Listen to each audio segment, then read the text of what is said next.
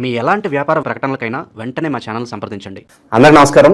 ఈరోజు మన స్టూడియోలో ప్రముఖ ఆధ్యాత్మికవేత్త, జ్యోతిష్య వాస్తు పండితులు, లలితాదేవి ఉపాసకులు బ్రహ్మశ్రీ నానాజీ పట్నాయక్ గారు ఉన్నారు. గురువుగారితో మాట్లాడతాం. నమస్కారం గురువుగారు. శ్రీమాత్రే నమః. అక్టోబర్ మాసం విశేషంగా కుంభరాశి వాళ్ళకి ఏ విధంగా ఉండబోతుంది, ప్రజెంట్ గ్రహస్థితి ఎలా ఉంది, ఏళ్ళనాటి శనిలో ఉన్నారు, ఓవరాల్గా ఎలాంటి ఫలితాలు ఎక్స్పెక్ట్ చేయవచ్చు ఈ నెల వీళ్ళకి? అక్టోబర్ మాసంలో ఫలితాలు చెప్తుంది నేను అయినప్పటికీ కూడా చెప్పిస్తుంది సాక్షాత్ లలిత అమ్మవారికి భావిస్తూ. ఫస్ట్ ఆఫ్ ఆల్ వీళ్ళకి రాహు ఉన్నాడండి, లగ్నం రాశిలో కానీ లగ్నం తీసుకుని రాహు ఉన్నాడు. ఈ రాహు ఉన్నప్పుడు ఫస్ట్ ఆఫ్ ఆల్ వీళ్ళు తీసుకోవాల్సిన ముఖ్యమైన జాగ్రత్త ఏంటంటే, రాహు ఎప్పుడు కూడా అపోహలను ఇస్తాడు, ఆశని కలిగించేవాడు. దాంతోపాటు శని వక్రించి ఇటువైపు వస్తున్నాడు. కాబట్టి ఏంటి, కర్మకారకుడు, ఆశకారకుడు, ఇమాజినేషన్స్ కారకుడు కలిసి ఉన్నారు. ఇది సినిమా ఫీల్డ్ వాళ్ళకి, ఆన్లైన్లో బిజినెస్లు చేసేవారికి ఓకే, కానీ వేరే వారు అనవసరమైనటువంటి ఆశలు పెట్టుకోకూడదు అని చెప్తాను. అయితే వీళ్ళకి ఈ నెల కరెక్ట్గా 27వ తేదీ నుంచి పంచమంలో ఉండే గురువు 6లోకి వెళ్తున్నాడు. చాలామందికి ఏమనిపిస్తుంది అంటే 6లోకి మారిపోతున్నాడు, అక్కడ ఒక నెలన్నర ఉంటాడండి, మళ్ళీ వక్రించి ముందుకెళ్తాడు. యాక్చువల్గా చెప్పాలంటే ఆ గురువు 6లోకి వచ్చేస్తున్నాడు కదా అమ్మో అని అనుకుంటాం. కానీ ఇక్కడ ఏంటంటే 6లో ఎగ్జాల్టెడ్ పొజిషన్లో ఉండేటువంటి గురువు వీళ్ళకి ధనస్థానాన్ని చూస్తాడు యాక్చువల్గా. సో ఫైనాన్షియల్ గ్రోత్ ఇస్తాడు మంత్ ఎండింగ్ నుంచి చెప్పాలంటే, మంత్ లాస్ట్ వీక్ నుంచి చెప్పాలంటే. సో ఇక్కడ 2లో ఉండే శనిని కనుక రెమెడీ చేసుకోగలిగితే ఫైనాన్షియల్ గ్రోత్ పెరుగుతుంది వీళ్ళకి. అంటే ఏం చేయాలి, శనిగ్రహం దగ్గర దీపారాధన, ఆంజనేయ స్వామి ఆలయాలకు వెళ్ళడము, ఏ ధనం వచ్చినా ఒకసారి ఆంజనేయ స్వామిని తలుచుకోవడం చేస్తూ ఉంటే వీళ్ళకి ఫైనాన్షియల్గా చాలా బాగుంటుంది. కాకపోతే అపోహలు, ఊహల జోలికి వెళ్ళకూడదు, ఇది ప్రధానంగా గుర్తుపెట్టుకోవాలి. ఆరోగ్యపరంగా ఎలా ఉంటుంది చెప్తాను. ఆరోగ్యపరంగా చూసుకుంటే గురువు ఎలాగో 6వ స్థానంలోకి వస్తున్నాడు. ఇప్పుడు మొదట్లో ఏమైనా ఇబ్బందులు ఉన్నా కానీ మంత్ ఎండింగ్ కల్లా బాగుంటుందని మనం చెప్పుకోవచ్చు, అందులో ఎటువంటి సందేహం లేదు చెప్పాలంటే. అది అలాగే 3, 10 అధిపతి అంటే 3 అంటే మన ప్రయత్నము, 10 అంటే మన వృత్తి. ఈ కారకుడు ప్రజెంట్ వీళ్ళకి తులారాశిలో ఉన్నాడు. ఎప్పుడైతే ఈ తుల నుంచి వీళ్ళకి ఈ 27వ తేదీ మారుతున్నాడండి కరెక్ట్ చెప్పాలంటే ఈ కుజుడు. అప్పటి వరకు వీళ్ళకి 9వ స్థానంలోనే ఉంటాడు. కాబట్టి ఇది ఏం చెప్తుంది విషయం అంటే, ఈ మంత్లో వీళ్ళు ఉద్యోగ ప్రయత్నాలు చేసేటువంటి వారు 27వ తేదీ వరకు కూడా ఉన్న ప్రాంతం కాకుండా ఇతర ప్రాంతాల్లో ట్రై చేసుకోండి. ఓకే, బికాజ్ ఆఫ్ ఇక్కడ ఆల్ ఆఫ్ సడన్గా మార్పులు వీళ్ళకి మంచిగా చేస్తాయి. ఇప్పుడు కొంతమందికి చూడండి, ఆల్ ఆఫ్ సడన్గా ఉద్యోగం మానేమన్నారు ఏంటో అనుకుంటాం. లక్కీగా అంతకంటే మంచి ఉద్యోగం దొరుకుతుంది ఒక్కోసారి. So don't worry. సో వీళ్ళకి ఆ యొక్క యోగం అయితే బలంగా ఉంది. అలాగే వీళ్ళ బంధువర్గం వాళ్ళు, ముఖ్యంగా సిబ్లింగ్ వరుస వాళ్ళు ఎవరైనా విదేశాల్లో ఉన్నట్లయితే వాళ్ళ మూలంగా వీళ్ళకి విదేశీ ప్రయత్నాలు, వీళ్ళ సిబ్లింగ్ వరుస వాళ్ళని ఎవరైనా దేశాలకు తీసుకెళ్ళడానికి అనుకూలంగా ఉంది. అయితే వీరికి ప్రధానంగా ఈ కుంభం వారికి 4, 9 అధిపతి శుక్రుడు ఎవరైతే ఉన్నారో ఈయన నీచపడుతున్నాడు. ఎప్పటి నుంచి, 9వ తేదీ నుంచి. 9వ తేదీ వరకేమో సప్తమంలో కేతువుతో కలిసి ఉన్నాడు. సో ఎప్పుడైతే సప్తమంలో కేతువుతో కలిసి ఉన్నాడో వీరు ఎట్టి పరిస్థితుల్లో 9వ తేదీ లోపల వివాహ నిర్ణయాలు తీసుకోకూడదు. బికాజ్ ఆఫ్ లగ్నంలో రాహు ఉంటే శని వక్రించి వస్తున్నాడు. సప్తమంలో కేతువుతో పాటు శుక్రుడు, సింగిల్గా శుక్రుడు ఉండడం వేరు, సింగిల్గా కేతు ఉండడం, శుక్రకేతువుల కలయిక వేరు. అందుకే అదొక అవయోగాన్ని క్రియేట్ చేస్తుంటుంది. మళ్ళీ ఇక్కడ వివాహం అంటే వివాహమైన వాళ్ళకి జీవిత భాగస్వామి ఏదైనా అమ్మవారి సాధనకు తోడ్పడుతుంది ఇది. కానీ వివాహం చేసుకోవాలి, వివాహ జీవితం విషయంలో మాత్రం అక్కడ డిస్టర్బెన్స్ క్రియేట్ చేస్తుంటుంది. కాబట్టి వివాహ నిర్ణయాలు, లేదా పార్ట్నర్ నుంచి డబ్బులు తీసుకోవడం, లేదా పార్ట్నర్కి డబ్బులు ఇవ్వడం, ఈ విషయాల్లో ఖచ్చితంగా 9వ తేదీ వరకు వీళ్ళు జాగ్రత్తగా ఉండాలి అక్టోబర్ మాసంలో. అలాగే కొంచెం 9 తర్వాత మరి నీచ పొందుతున్నాడుగా శుక్రుడు వెళ్ళి, అంటే ఎవరు, చతుర్థ భాగ్యాధిపతి. కాబట్టి తల్లిదండ్రుల యొక్క ఆరోగ్యం విషయంలోని కొద్దిగా వీళ్ళు ఏదైనా వాహనం మీద వెళ్ళేటప్పుడు, ఎందుకంటే కుంభం నుంచి చతుర్థ భాగ్యాధిపతి అష్టమంలో నీచపొందుతున్నప్పుడు శుక్రుడు సహజంగానే వాహనాలకు కారకుడు. ఈ వాహనాలకి కారకుడైన శుక్రుడు ఎప్పుడైతే అష్టమంలో ఉంటాడో, ఇది పర్టికులర్గా వీళ్ళు వాహనం మీద స్పీడ్గా వెళ్ళడం, అందులో ముఖ్యంగా బుధ శుక్రవారాలు అవాయిడ్ చేయాలి. వాహనాల మీద వేగంగా వెళ్ళని దాన్ని కనుక అవాయిడ్ చేయగలిగితే ఖచ్చితంగా బాగుంటుంది.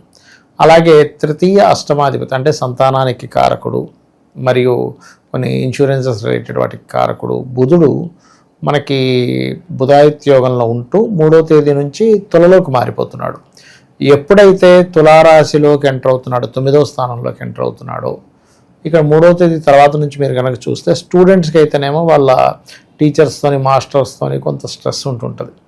కొంచెం కామన్గా కొంచెం పెద్దవాళ్ళకి తండ్రితో స్ట్రెస్, కొంచెం అంటే తండ్రి మూలంగా స్ట్రెస్ లేదా తండ్రితో స్ట్రెస్ అనేది పడుతూ ఉంటుంది. గురువులు, తండ్రి లేదా ఎవరికి ఈ యొక్క ప్రభావం తగ్గుతుంది అంటే కఠోరంగా కొన్ని జపం చేస్తుంటారు చూసారా, అలా చేస్తే ఖచ్చితంగా క్లియర్ అయిపోతుందండి. అందులో ఎటువంటి డౌట్ లేదు. ఇప్పుడు హోమం చేస్తారు, హోమం చేసేవారికి, లేకపోతే ఏదైనా క్షేత్రానికి వెళ్ళి హోమం చేయించుకోవడం కుంభం వారికి, ఇది బాగా కలిసి వస్తుంది 3 తర్వాత.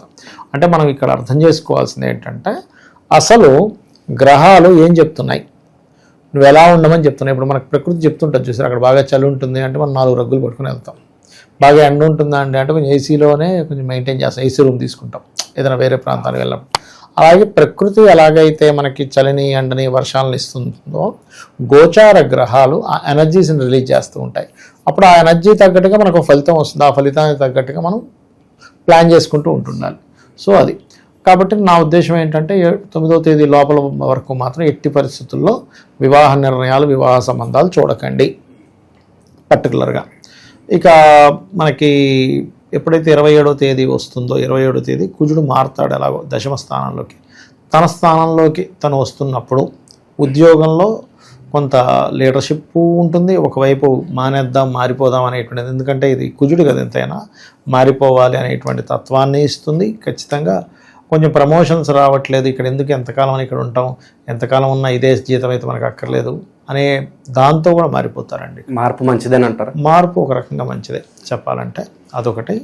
ఇక వ్యాపారస్తులకి చూసుకున్నట్లయితే ఏ వ్యాపారం గురించి అయినా మీరు డెసిషన్స్ తీసుకునేటప్పుడు 9 లోపలే తీసుకోండి, 9వ తేదీ లోపలే తీసుకోండి. ఎందుకంటే ఇక్కడ బుధుడు ముఖ్యంగా 3వ తేదీ వ్యాపార కారకుడు 9లోకి వెళ్ళి కూర్చుంటున్నాడు, 9వ స్థానంలోకి వెళ్తున్నాడు. బుధరాశుల్లోకి శుక్రుడు వెళ్తున్నాడు 9వ తేదీ.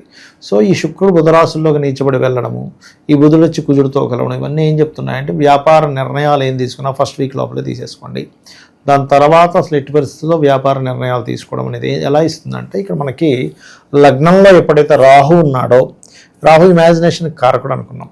ఈ ఇమాజినేషన్స్ కారకుడు ఎప్పుడైతే ఉంటూ అది దానికి కర్మకారకుడు వచ్చి కలిశాడో, దాని తర్వాత తీసుకునే నిర్ణయాలన్నీ అగ్రెసివ్ నిర్ణయాలు ఉంటాయి. ఎప్పుడు కూడా ప్రశాంతంగా ఆలోచించే నిర్ణయం 90% సక్సెస్ ఉంటుంది, 10% ఫెయిల్ అయినా. కానీ అగ్రెసివ్ నిర్ణయాలు ఎప్పుడు కూడా 5% సక్సెస్ ఉంటుంది, కానీ 95% ఫెయిల్యూర్ ఉంటుంది. కాబట్టి ఈ విషయాల్లో చాలా జాగ్రత్తగా ఉండాలి నన్ను అడిగితే. ఇంకా పూర్వీకుల ఆస్తి కోసం ఎప్పటి నుంచో కాస్త ఇబ్బందులు ఉండి అది అలా పెండింగ్ పడుతూ ఉంటుంది. సో ముందుకెళ్లే పరిస్థితులు ఎంతవరకు అనిపిస్తుంది? ఒకటి ఏంటంటే నన్ను అడిగితే వీళ్ళు ఏదైనా పూర్వీకుల ఆస్తులకు సంబంధించిన విషయంలో కోర్టు కేసెస్ ఉన్నా ఏదున్నా ఫస్ట్ వీక్లోనే క్లియర్ చేసుకోవడం మంచిది. ఫస్ట్ వీక్ తర్వాత మాట్లాడుకునే మాటలు కానివ్వండి, కోర్టు వ్యవహారాలకు సంబంధించిన కానివ్వండి, మిగతా 3 వీక్స్ అంత అనుకూలంగా లేదు వీరికి. ఎందుకు కారణం ఏమిటి అంటే ఇక్కడ శుక్రుడు చతుర్థాధిపతి కుంభం వారికి. చతుర్థం అంటే ఆస్తికి సంబంధించిన స్థానం. సో ఎప్పుడైతే చతుర్థాధిపతి అష్టమంలో నీచి పొందుతాడు, అష్టమం అంటే తాతగారి ఆస్తి, అది కాకుండా 12వ స్థానాధిపతి వక్రించి రాహుతో కలుస్తున్నాడు. అంటే ఏంటి, ఇక్కడ శుక్రుడు ఉన్న స్థితి, శుక్రుడు నీచపడ్డము, ఇవన్నీ ఏం చెప్తున్నాయి, ఈ నెల పెద్దగా ఎక్స్పెక్ట్ చేయకూడదు. 2, 3, 4 వారాలు. ఫస్ట్ వీక్లో ఏమైనా ఎక్స్పెక్ట్ చేస్తే ఏమైనా కొద్దిగా ఉంటుంది, కానీ అది కూడా మొదటి 3వ తేదీ లోపలైతే ఇంకా ఎక్కువ ఉంటుంది. కానీ ఎందుకంటే 3వ తేదీ వరకు రవి బుధులు కలిసి మనకి కన్యా రాశిలో ఉంటారు, బుధాదిత్య యోగం ఉంటుంది. అంటే తాతగారి ఆస్తికి సంబంధించిన విషయం 3వ తేదీ వరకు పాజిబిలిటీస్ చాలా బాగున్నాయి. 3 దాటితే మాత్రం ఆయన వెళ్ళి కుజుడితో కలవడం అండ్ దాని తర్వాత అవన్నీ కొంచెం ఎంతైనా కూడా మీకు అంత ఫ్రూట్ఫుల్గా లేవు. ఆస్తి అంటే వీళ్ళ సొంత ఆస్తి కాకుండా తాతైనా తండ్రైనా కోర్టు కేసెస్లో ఉన్నటువంటివి ఇప్పుడున్న గ్రహస్థితి మాత్రం ఈ నెల మాత్రం అంత గొప్పగా లేదు అనేటువంటి చాలా స్పష్టంగా చూపిస్తుంది. ఓకే, సో మనకి ఈ నెలలోనే వివిధ రకాల పండుగలు ఉన్నాయి గురుగారు. కుంభరాశి వారు ఈ ఫెస్టివల్స్ని ఎలా వినియోగించి రెమెడీస్ చేసుకుంటే బాగుంటుందా? ఎవరికైనా ఒకటేనండి, ఆరోగ్యం కావాలి, ఐశ్వర్యం కావాలి, ఆరోగ్యం కావాలనే భావంతో ఉంటారు. దసరా రోజు వీళ్ళు యాక్చువల్గా బిల్వపత్రాన్ని పెట్టి శివాభిషేకం చేసి అమ్మవారిని గనక పుష్పాలతో, అందులో ముఖ్యంగా ఎర్రటి పుష్పాలతో గనక వీళ్ళకి ఏవైతే ప్రాబ్లం ఉంటుందో, అంటే ఇప్పుడు సంతానం కోసం ఉంటుంది, లేకపోతే ఉద్యోగం కోసం ఏదైతే ప్రాబ్లం ఉంటుందో ఆ ప్రాబ్లం కోసం చేసి, అందులో ముఖ్యంగా వీరికి రాహు రాశిలో ఒకటి సంచరిస్తున్నాడు కదా, దుర్గా ఆరాధన కుంభం వారికి ఒక క్లారిటీ ఇస్తుంది. లేకపోతే ఏమవుతుందంటే ఏదో మూసలో వెళ్ళిపోతున్నాం, ఏం చేస్తున్నాం అర్థం, కొంతమంది అంటుంటారు చూడండి, నేను ఏం చేస్తున్నానో అర్థం కావట్లేదండి, అంతా ఏదో మైండ్ అంతా దిమ్ముగా ఉంది అని చెప్తూ ఉంటారు. అటువంటి ఫలితాలు ఇస్తుంటారు. కాబట్టి దుర్గా ఆరాధన చేయడం చాలా మంచిది. అలాగే మనకి దీపావళి కూడా వస్తుంది, దసరా తర్వాత. దసరా 2వ తేదీ వస్తుంది, దీపావళి తర్వాత వస్తుంది. సో దీపావళి రోజు ప్రత్యేకంగా వీరు శివాలయంలో లేకపోతే ఏదైనా స్కంద ఆలయంలో కనుక దీపాలు వెలిగిస్తే చాలా మంచి ఫలితాలు వస్తాయి వీరికి. ఓవరాల్గా కుంభరాశి వారి పరిస్థితి ఈ అక్టోబర్ మాసం ఏ విధంగా ఉండబోతుందో మీ మాటలో చాలా బాగా వివరించారు. ధన్యవాదాలు. శ్రీమాత్రే నమః.